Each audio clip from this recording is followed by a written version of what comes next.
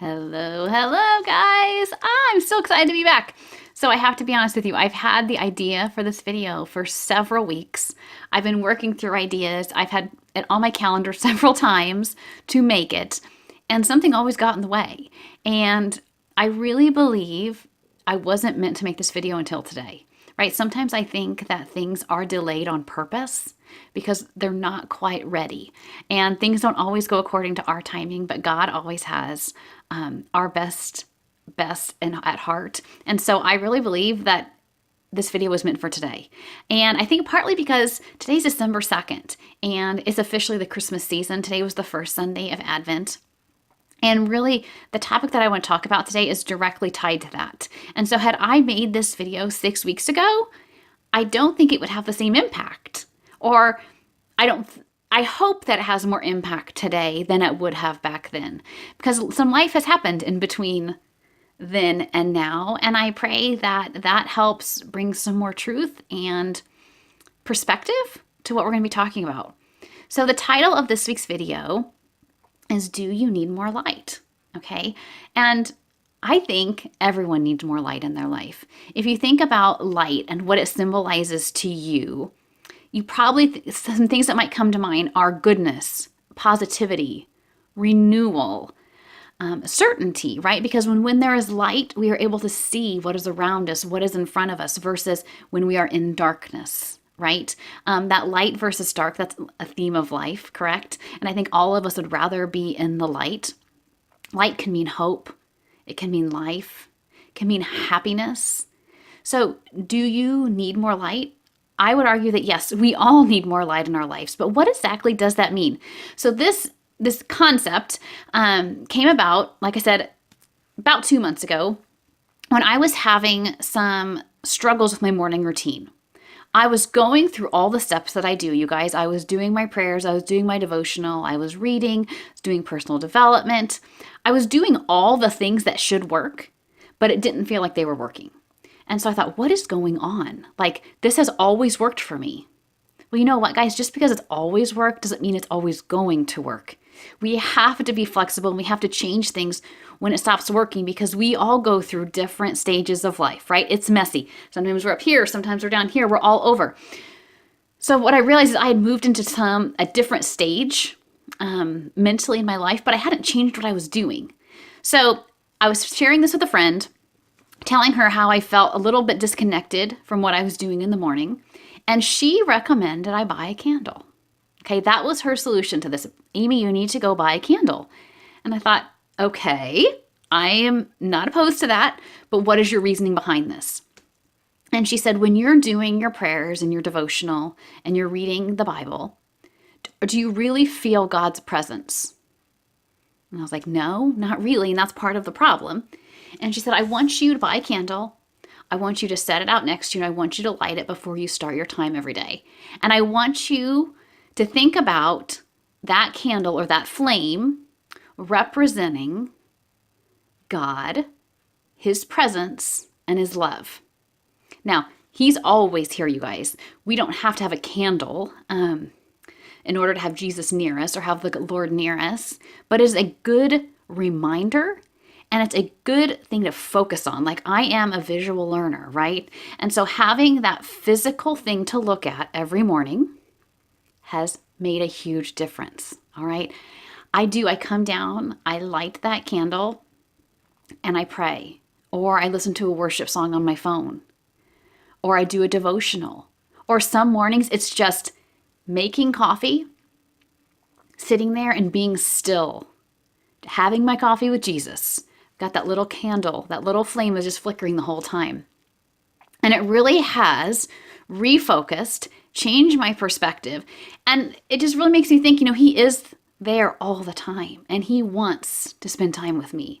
He wants me to spend time with Him. And I wasn't making it quality time. I had taken the relationship out of that time. I was doing the right things, but not with the right heart. And so just by adding that little flame has made such a difference. Now, when she first suggested this, I did go buy a candle, but I thought I need to find some connection to this. So I started looking up scripture where it mentions light. All right. And there are actually several places in the Bible where you can find reference to light as it relates to Jesus or God. I picked some that personally spoke to me in my journey right now. But if you feel so inspired, please, I encourage you to go and find some scriptures about light. And what I did is I found these that I liked. I wrote them down. And I learned this from Beth Moore several years ago when I was doing a study of hers. She calls them, I think they're truth cards is what she calls them. But I bought, it's little bitty index cards and they're on a ring. And every time I find a scripture that I like, or a scripture, not necessarily that I like, but that speaks truth to me, and sometimes those are hard truths that I need to hear, I'll write them on my little truth card, my little ring, and I keep that ring with me all the time. So it's either in my purse, it's in my car, sometimes it's sitting next to my recliner in the living room, you guys, and I'll go through and I'll read through those truths to remind myself what God's opinion is of me, what God's plan is for me. Right? He's in control. I'm not. And sometimes just that reminder is enough to get me going on the right track. So I wrote down these verses that I found about light that I really loved. So I'm going to share some of them with you. Psalm 119, 105. Your word is a lamp for my feet and a light on my path. John 1:5.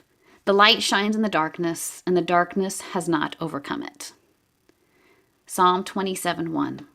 The Lord is my light and my salvation. Whom shall I fear? The Lord is the stronghold of my life. Of whom shall I be afraid? Ephesians 5:14. This is why it is said, wake up, sleeper. Rise from the dead, and Christ will shine on you. You guys, I love that last one so much, right? Rise up, give your time to him, and he will shine on you. His light is always shining. It's up to us if we choose to receive it and choose to reflect it. And that is the second part of my prayer, is not only being thankful for Jesus' light in my life, but praying that I then can reflect that light on others. And that takes me to Matthew 5:16, which is one of my favorite verses. Let your light shine before others, that they may see your good deeds and glorify your Father in heaven. Oh, I love that. So that really has become my prayer every day, to become more relational with God, to become more aware of his presence every single day of my life, more aware of his love, and then more aware of ways that I can truly reflect that light on other people. So you might be wondering, why am I sitting on the floor? And that's an excellent question. And I did this on purpose because I thought it might help you remember something. When I light my candle in the morning, you guys, I always set it on my coffee table. And I started doing that as I was sitting in my recliner and I was looking at the coffee table and looking at the candle, and something just didn't seem right. So one morning I thought, you know what, I think I need to move.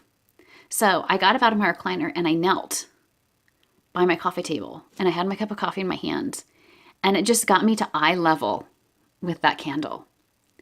And I just immediately felt a connection. And I was like, this is what I needed to do. I needed to get down. I needed to humble myself a little bit, right? Figuratively, and really get close. So that's why I got down and I'm getting close, because this is really important to me. And I pray that it's important to you. Doing this, you guys, has refocused me. It has recentered me. It has changed my perspective. And I think this time of the year, it's more important than ever to find that stillness, find the calm in the storm and the craziness of the season, and really remember what is the reason for the season, right? We are celebrating Jesus, who is the light of the world, right? So let's keep our focus on the light and not on the things of the world around us.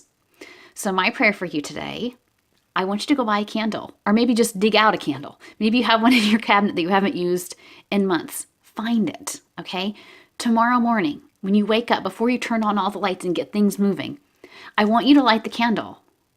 I want you to just sit in just the candlelighting.